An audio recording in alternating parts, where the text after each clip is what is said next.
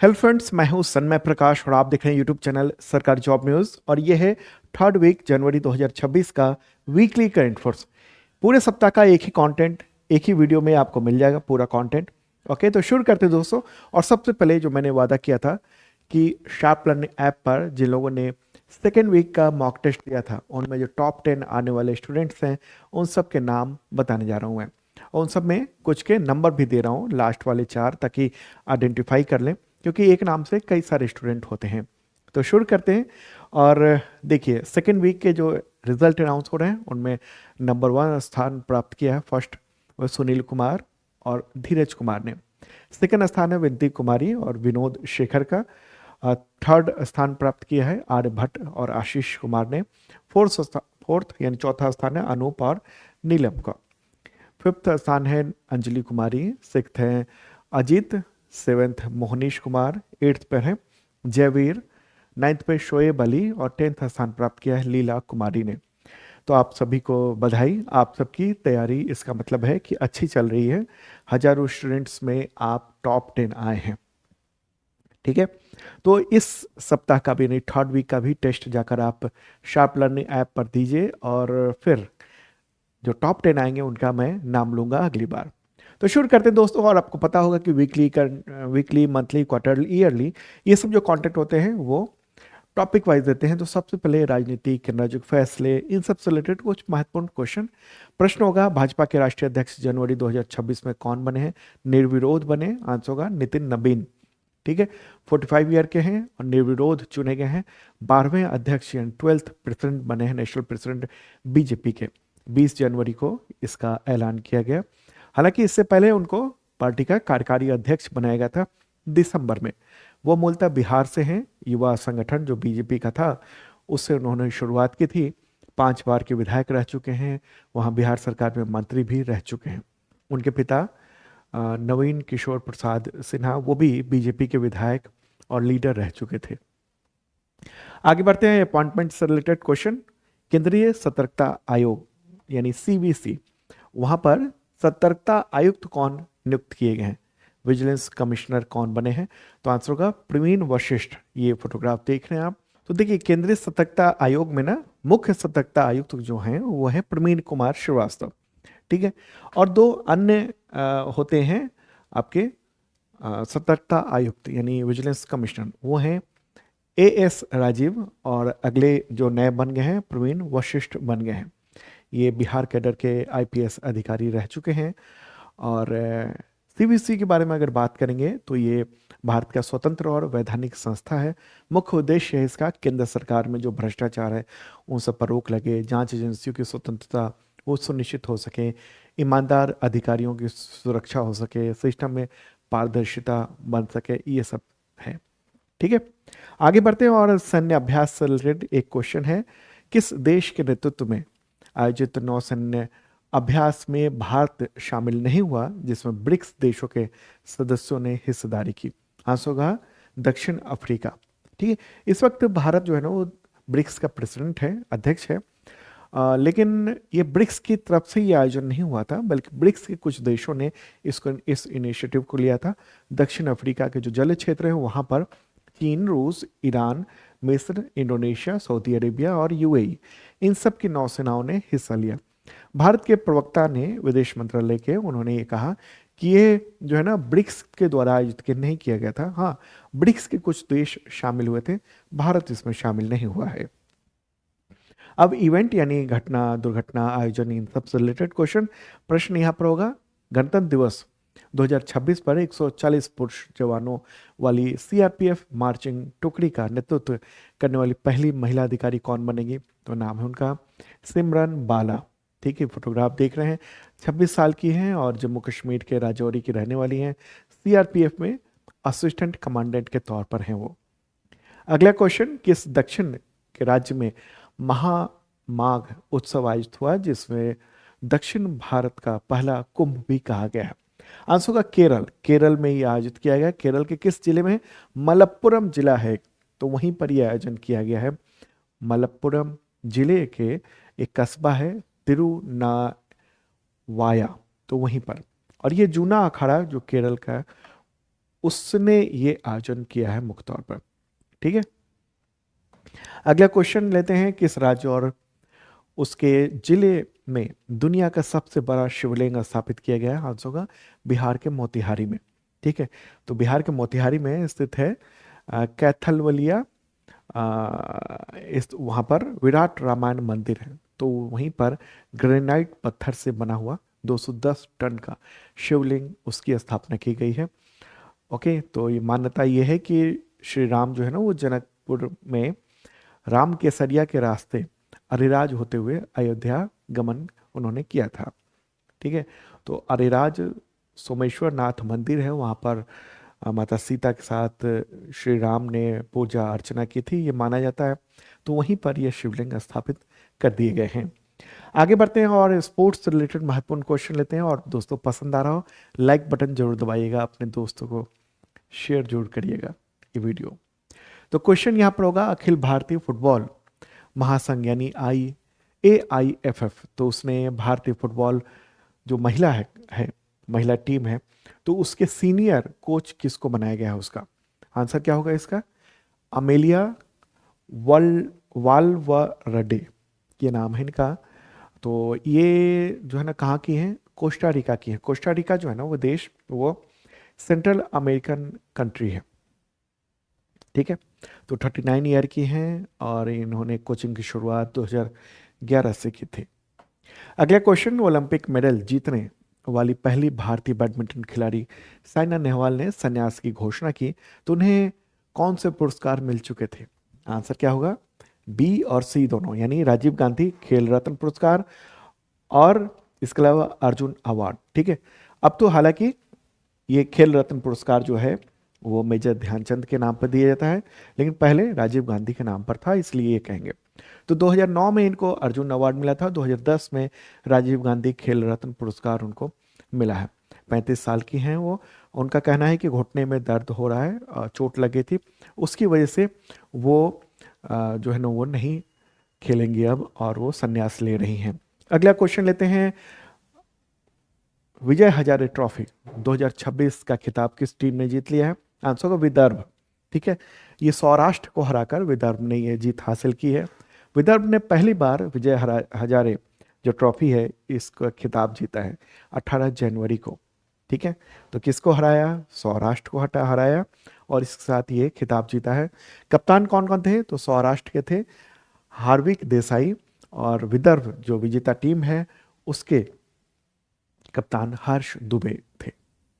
अगला क्वेश्चन लेते हैं, एंड्रोनिक मार्गेयर मेमोरियल खिताब 2026 जीतकर भारत के 92nd शतरंज ग्रैंड मास्टर कौन बन गए हैं? 92वें ग्रैंड मास्टर शतरंज के। आंसर क्या होगा इसका?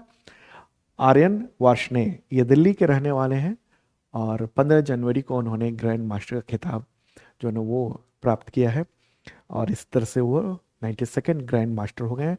अक्सर एग्जामिनेशन में ये पूछा जाता है कि फलानवे में ग्रैंड मास्टर कौन है, तो ये कुछ पुराने पिछले 10 हमने दे दिए हैं। 92nd जो है ना आर्यन वार्ष्णे हैं, 91st जो है राहुल VS हैं, 90वें हैं इलम पार्थी, 89th हैं grand master S Rohit Krishna, 88th grand master हैं Divya Deshmukh, 87th grand master हैं हरि कृष्ण एरा, 86th हैं LR श्रीहरि, और बाकी भी आप लिस्ट जो है ना वो देख रहे हैं आप सामने में। ठीक है, तो चलिए अब आगे बढ़ते हैं और अगला क्वेश्चन लेते हैं। अच्छा, क्या होता है ग्रैंड मास्टर का खिताब? एक खास अगर पॉइंट आपने प्राप्त कर लिया तो ये ग्रैंड मास्टर का खिताब मिल जाता है। अगला क्वेश्चन, किस भारतीय मुक्केबाज यानी बॉक्सर को एशियाई मुक्केबाजी परिषद में सदस्य के तौर पर नियुक्त किया गया? आंसर होगा विजेंद्र सिंह। ठीक है, तो भारत के पहले ओलंपिक मुक्केबाज हैं और उनको यहाँ पर नियुक्त किया गया है। अब अवार्ड से रिलेटेड महत्वपूर्ण क्वेश्चन लेते हैं, प्रश्न यहाँ पर होगा, लेकिन उससे पहले आपको बताऊं कि इसका जो PDF है ना इस करंट अफेयर्स का, वो आपको मिल जाएगा शार्प लर्निंग ऐप पर। जिन लोगों ने करंट अफेयर्स का मेंबरशिप लिया हुआ है या कोई कोर्स परचेज किया हुआ है, तो 2 तरह के करंट अफेयर्स के मेंबरशिप प्लान है जिसमें करंट अफेयर्स की शानदार तैयारी हो जाती है। तो एक बेसिक मेंबरशिप प्लान जो कि SSC, टीचर, रेलवे, पुलिस इन सब के लेवल का है, और दूसरा है IS PCS लेवल का मेंबरशिप प्लान। और इसमें पिछले 2 सालों के कंटेंट मिलते हैं और अगले 1 साल तक अपडेट मिलता रहता है। पीडीएफ, वीडियो, मॉक टेस्ट, ये सब वीकली, मंथली, क्वार्टरली, ईयरली। और पीडीएफ तो कई तरीके के होते हैं, वन लाइनर, एमसीक्यू, नोट्स होता है। 2025 का भी टोटल ईयरली पीडीएफ भी आपको इसके ज़रिए मिल जाएगा। तो ये सब है शार्प लर्निंग ऐप पर, तो वहाँ से आप प्राप्त कर सकते हैं। चलिए आगे बढ़ते हैं, और हम लोग अवार्ड की बात कर रहे थे। अवार्ड से रिलेटेड क्वेश्चन यहाँ पर होगा, इंदिरा गांधी शांति निरस्त्रीकरण और विकास पुरस्कार 2025 के लिए किसे चुना गया है? आंसर होगा ग्राका माचेल। ठीक है, ग्राका माचेल ये कौन है? मोजाम्बिक की जानी मानी राजनेता, समाजसेवी और मानवाधिकार कार्यकर्ता है। तो उनको 2025 का जो इंदिरा गांधी शांति निरस्त्रीकरण और विकास पुरस्कार दिए जाने की घोषणा कर दी गई है अभी 21 जनवरी 2026 को। ठीक है, किसने चयन किया? तो पूर्व राष्ट्रीय सुरक्षा सलाहकार शिवशंकर मेनन। तो उन्हीं की अध्यक्षता वाली एक इंटरनेशनल एक कमेटी थी, उसी ने इनके नाम की घोषणा की है। इनको ये अवार्ड क्यों दिया जा रहा है? एजुकेशन, हेल्थ, न्यूट्रिशंस और जो आर्थिक सशक्तिकरण है, वुमेन एम्पावरमेंट है, इकोनॉमिक एम्पावरमेंट है, उन सब में जो काम किया उन्होंने, उसके लिए दिया जा रहा है। ये इनका जन्म हुआ था 1945 में मोजाम्बिक में, और वहाँ पर इन्होंने मोजाम्बिक के स्वतंत्रता के लिए वहाँ पर काम भी किया था काफ़ी। और आपको बताऊं कि मोजाम्बिक को जब आज़ादी मिली उसके बाद वो वहाँ की मंत्री भी बनी थी। और ख़ास बात है कि 2 राष्ट्रपतियों से इन्होंने शादी की थी।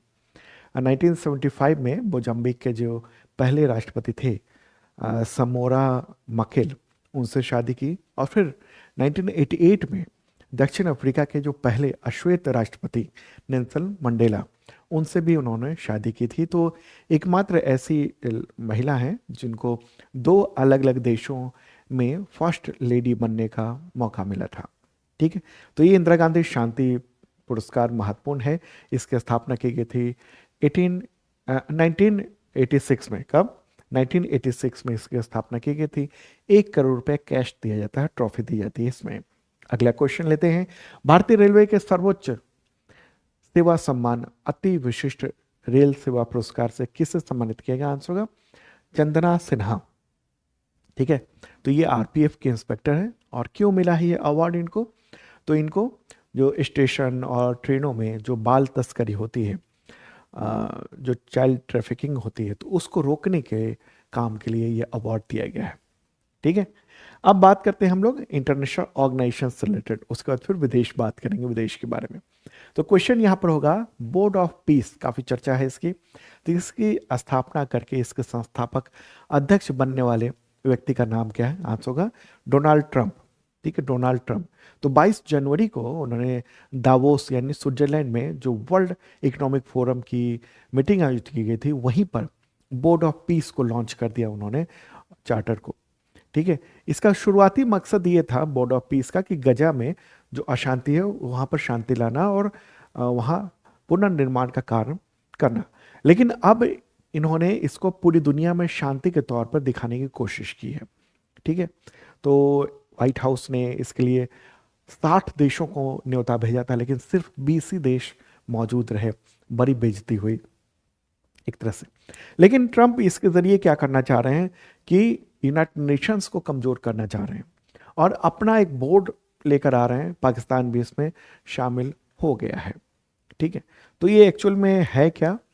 तो देखिए, ये कोई ऑफिशियल इंटरनेशनल बॉडी नहीं है, ना ही ये संयुक्त राष्ट्र के द्वारा रिकॉग्नाइज्ड कोई इंस्टीट्यूशंस है, नहीं अमेरिकी संसद के द्वारा स्थापित कोई लीगल स्टैट्यूटरी बॉडी है। बेसिकली ये डोनाल्ड ट्रंप के द्वारा स्थापित एक अंतर्राष्ट्रीय संगठन के तौर पर ये डेवलप हो रहा है अभी।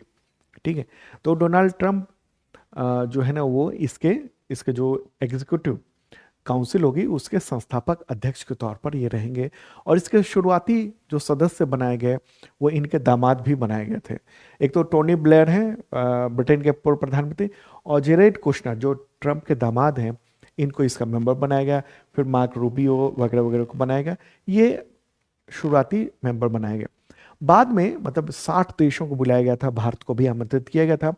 भारत फिलहाल वेट एंड वॉच की स्थिति में है।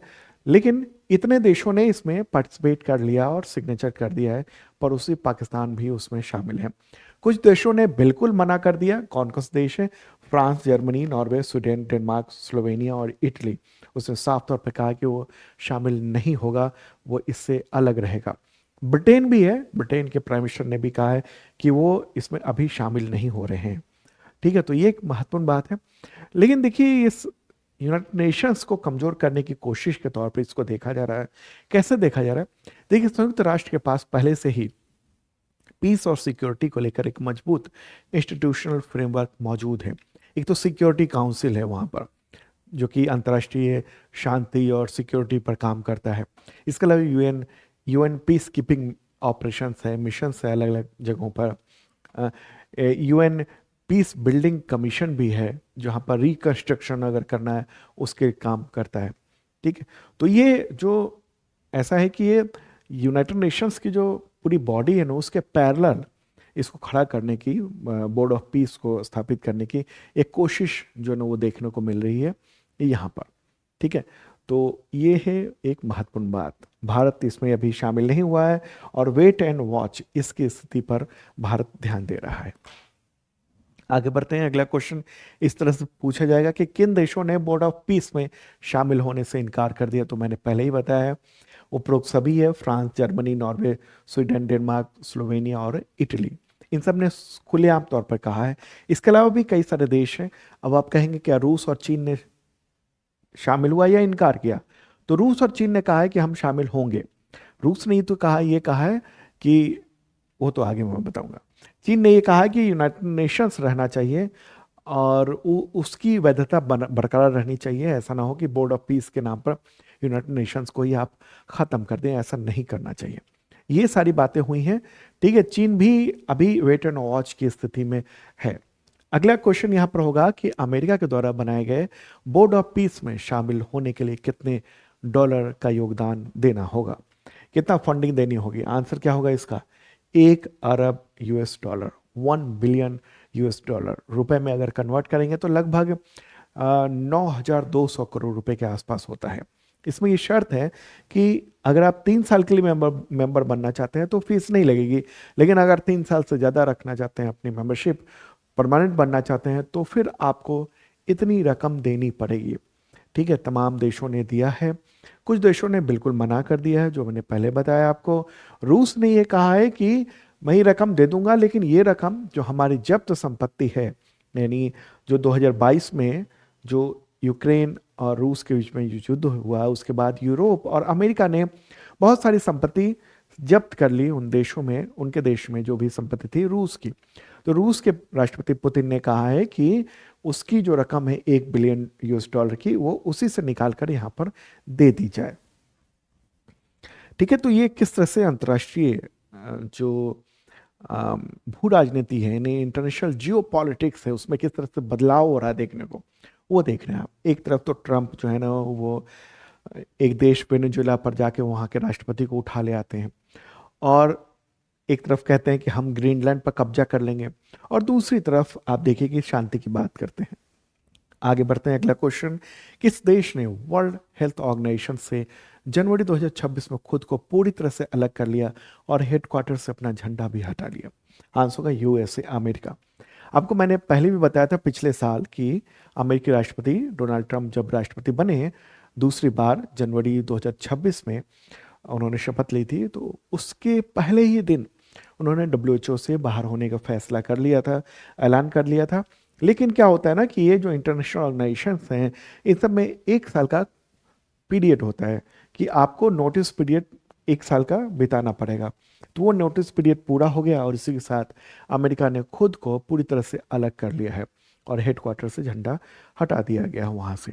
ठीक है, अब कहेंगे कि तो क्या होगा? तो इससे डब्ल्यूएचओ को बड़ा झटका लगा है और यूनाइटेड नेशंस की जो पूरा स्ट्रक्चर है उस पर भी बड़ा झटका देखने को मिला है, क्योंकि इससे पहले करीब 60 के आसपास जो यूनाइटेड नेशंस के अलग अलग एजेंसीज हैं, इसके अलावा कई सारे इंटरनेशनल ऑर्गेनाइजेशंस हो, उससे अमेरिका ने खुद को अलग कर लिया था। ठीक है, तो ये है महत्वपूर्ण बात। अब डब्ल्यूएचओ पर क्या असर पड़ेगा? डब्ल्यूएचओ को बड़ी फंडिंग, मतलब उसको जो टोटल फंडिंग मिलती है उसका 18%, 18% अमेरिका से मिलता था। अब वो रकम नहीं मिलेगी और इसका खामियाजा डब्ल्यूएचओ को भुगतना पड़ेगा। करीब 1/4 स्टाफ को उसको हटाना पड़ेगा, ये है। और बकाया भी है करीब 2380 करोड़ रुपए। और डब्ल्यूएचओ ने कहा है कि वो तो भुगतान कर दीजिए, लेकिन ट्रंप ने कहा है कि कोई भी भुगतान नहीं किया जाएगा। अच्छा, सवाल होगा कि क्यों हटा ये अमेरिका, या ट्रंप ने डब्ल्यूएचओ से अमेरिका को क्यों हटा लिया?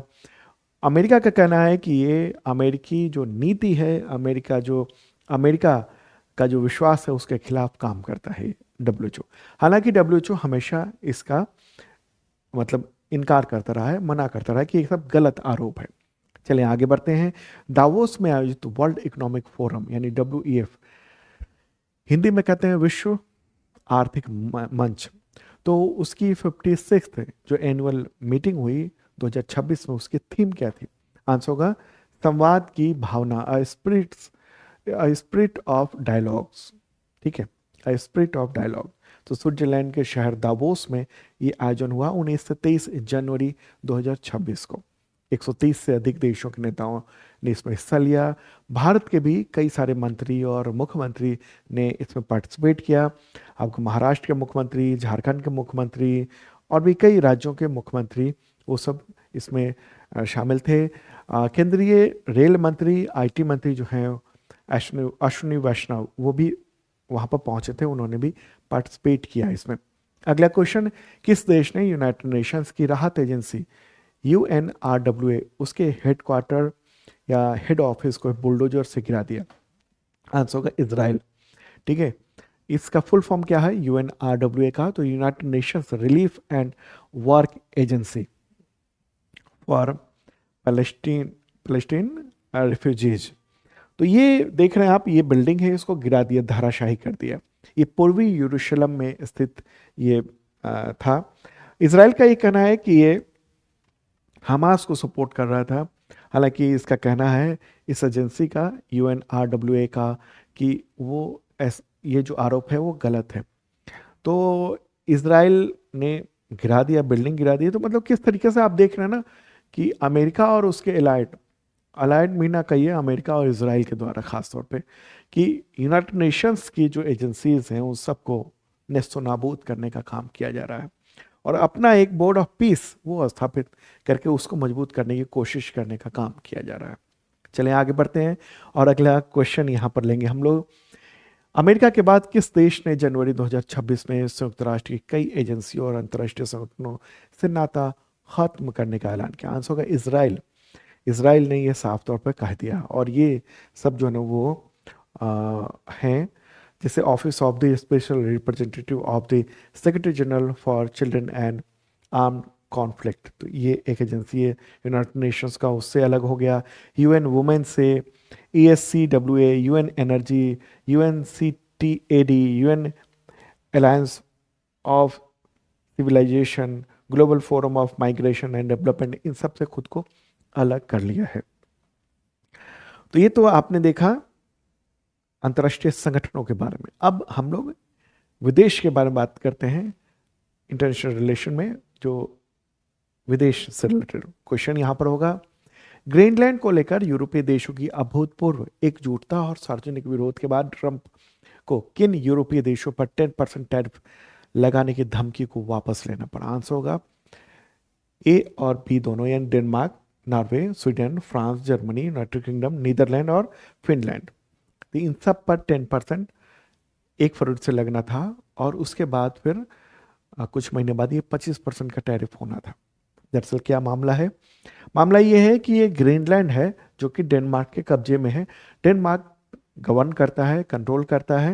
हालांकि वहाँ पर इसकी अपनी ग्रीनलैंड की स्वायत्त सरकार भी है, लेकिन विदेश और कई सारे मामलों पर वो निर्भर है आपको डेनमार्क पर। ठीक है, ग्रीनलैंड। तो इसी को लेने का इन्होंने कह दिया था कि हम इस पर कब्जा कर लेंगे, क्योंकि रूस और चीन की इस पर नज़र है, इसलिए हम ये कब्जा करेंगे। और ख़ासतौर पर गोल्डन डोम, एक जो है ना सुरक्षा कवच बना रहा है अमेरिका, तो उसके लिए ये ज़रूरी है, ऐसा कहना था। तो ये आप मैप में अगर देखेंगे तो यहाँ पर ये अमेरिका है, ये कनाडा है, ये ग्रीनलैंड है। ग्रीनलैंड नाम का ग्रीन है, लेकिन एक्चुअल में वो सफ़ेद है।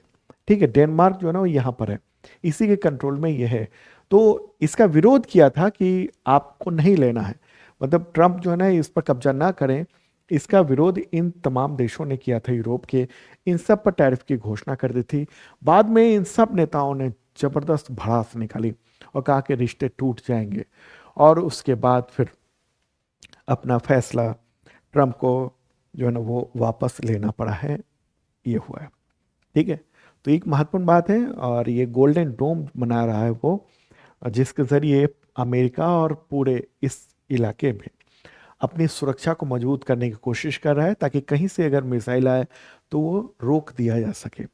ठीक है, इसमें काफ़ी कुछ नेटो के जो चीफ हैं मार्क रूटो, तो उन्होंने भूमिका निभाई इस तनाव को थोड़ा सा कम करने में और टैरिफ को कम करने में।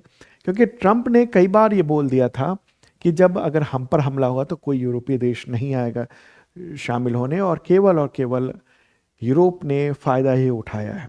इसका खंडन किया इन्होंने, मार्क रूटे ने, जो नेटो के चीफ हैं। उन्होंने कहा कि अफगानिस्तान में अगर 2 अमेरिकी सैनिक मरे तो 1 यूरोप के भी सैनिक थे। बहुत सारी बातें हुई, उसके बाद फिर पीछे कदम हटाने पड़े थे। लेकिन अभी भी ट्रंप ये कह रहे हैं कि हम तो, हमारी नज़र है और हमारी प्राथमिकता है कि ग्रीनलैंड को अपने मैप में शामिल कर लें। अगला क्वेश्चन, युगांडा में 7वीं बार राष्ट्रपति किन्हें घोषित किया गया? आंसर होगा योवेरी मुसेवेनी। 17 जनवरी को परिणाम घोषित किया गया, और उसमें 81 ईयर के इन्होंने ये जीत हासिल की है। और अब तक सबसे लंबे समय तक सत्ता में रहने वाले जो कुछ लीडर्स हैं उनमें से एक शामिल हो गए हैं। युगांडा जो है ना वो अफ्रीका में, ये इस जगह पर आप देख रहे हैं, इसके पड़ोसी हैं साउथ सूडान, केन्या, आपको तंजानिया, रवांडा और डीआरसी यानी democratic Republic of Congo. Uganda की राजधानी है कंपाला।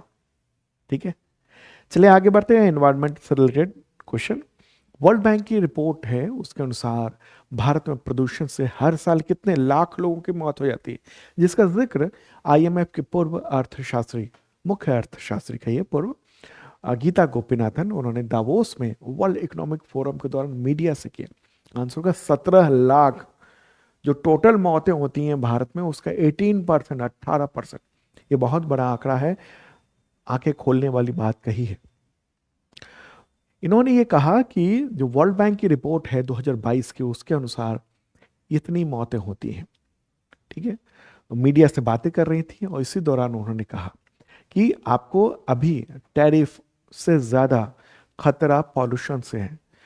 उन्होंने कहा कि जब नए कारोबारी दुनिया के और आर्थिक विकास की बात होती है, नए कारोबार और आर्थिक विकास की, तो फिर चर्चा में ज़्यादातर मतलब चीज़ें जो है ना वो प्रदूषण भी अहमियत रखती हैं। ठीक है, तो विदेशी इन्वेस्टर्स इन सब पर ध्यान देते हैं कि वहाँ की स्थिति कैसी है, पर्यावरण कैसा है। अगर खराब हवा है, खराब रहने की स्थिति है, खासकर सेहत से जुड़े हुए, तो निवेशक जो है ना वो रोक लेते हैं खुद को। और वायु प्रदूषण की वजह से सालाना 30 लाख करोड़ का भारत को नुकसान हो रहा है। तो ये बहुत बड़ी बात इन्होंने, गीता गोपीनाथन ने एक तरह से फिर से उठा दिया ये चर्चा, जो कि 2022 की बात थी, उस वक्त ये डेटा था, लेकिन अब फिर से उठाया है, इसलिए प्रदूषण को लेकर चर्चा है। अभी भी पॉल्यूशन आप देखेंगे कि दिल्ली में कितनी ज़्यादा है और आसपास के शहरों में भारत के। आगे बढ़ते हैं और अब दिवस से रिलेटेड महत्वपूर्ण क्वेश्चन लेते हैं। प्रश्न होगा यहाँ पर, राष्ट्रीय पर्यटन दिवस कब मनाया जाता है? तो 25 जनवरी को मनाया जाता है। ठीक है, जो पर्यटन है उसको बढ़ावा देना, भारत के जो पर्यटन क्षेत्र हैं उन सबको प्रोत्साहित करने के लिए। अगला क्वेश्चन, राष्ट्रीय मतदाता दिवस कब मनाया जाता है? तो 25 जनवरी को मनाया जाता है। भारत निर्वाचन आयोग जो है ना, इलेक्शन कमीशन ऑफ इंडिया, उसकी स्थापना हुई थी 25 जनवरी 1950 को। ठीक है, तो इसी के जश्न में और मतदाता जागरूकता के लिए ये दिवस मनाया जाता है। तो अभी मुख्य चुनाव आयुक्त कौन है? ज्ञानेश कुमार है, और 2 चुनाव आयुक्त होते हैं, और वो कौन है?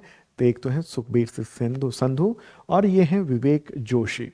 अगला क्वेश्चन, अंतर्राष्ट्रीय शिक्षा दिवस कब मनाया जाता है? तो 24 जनवरी को मनाया जाता है। और इस बार की थीम क्या है? शिक्षा को मिलकर शिक्षा को मिलकर बनाने में युवाओं की शक्ति। ये यूनाइटेड नेशंस की ओर से ये घोषित है दिवस। अगला क्वेश्चन, राष्ट्रीय बालिका दिवस कब मनाया जाता है? तो 24 जनवरी को मनाया जाता है हर साल भारत में। ये 2008 से मनाया जा रहा है महिला और बाल विकास मंत्रालय की ओर से। अच्छा, इसी के साथ एक सवाल हो सकता है कि अंतर्राष्ट्रीय बालिका दिवस कब मनाया जाता है? ये तो हम राष्ट्रीय बालिका दिवस की बात कर रहे हैं, तो अंतर्राष्ट्रीय बालिका दिवस मनाया जाता है 11 अक्टूबर को। अगला क्वेश्चन, लाल बहादुर शास्त्री की पुण्यतिथि कब मनाई जाती है? तो 11 जनवरी को मनाई जाती है। उनका निधन हो गया था 11 जनवरी 1966 को। कहां पर? उज्बेकिस्तान के ताशकंद में। अगला क्वेश्चन, लोकपाल स्थापना दिवस कब मनाया जाता है? 16 जनवरी को मनाया जाता है। ठीक है, और लोकपाल की स्थापना कब हुई थी? 16 जनवरी 2014 को हुई थी। ठीक, लोकपाल क्या है? तो एक एंटी करप्शन वैधानिक संस्था है और इसके अध्यक्ष को बोलचाल की भाषा में लोकपाल कहा जाता है। और अभी जो लोकपाल के अध्यक्ष कौन है इस वक्त? तो जस्टिस एन खानविलकर। तो दोस्तों, ये था वीकली करंट अफेयर्स आप सबके एग्जामिनेशंस के लिए। और फिर बताऊं कि शार्प लर्निंग ऐप पर अभी छूट चल रही है, स्वतंत्रता दिवस को लेकर ऑफर चल रहा है, तो बहुत मामूली से प्राइस में ये ज्वाइन कर सकते हैं आप। ऐसा मौका फिर मुश्किल से ही मिलेगा। तो दोस्तों, मिलते हैं नेक्स्ट वीडियो में। और अगला रोजगार समाचार आएगा यूट्यूब चैनल सरकारी जॉब न्यूज़ पर, उसी भी देखिएगा। और डेली का करंट अफेयर्स फिर मंडे से आपको डेली आपको मिलेगा। Okay, bye.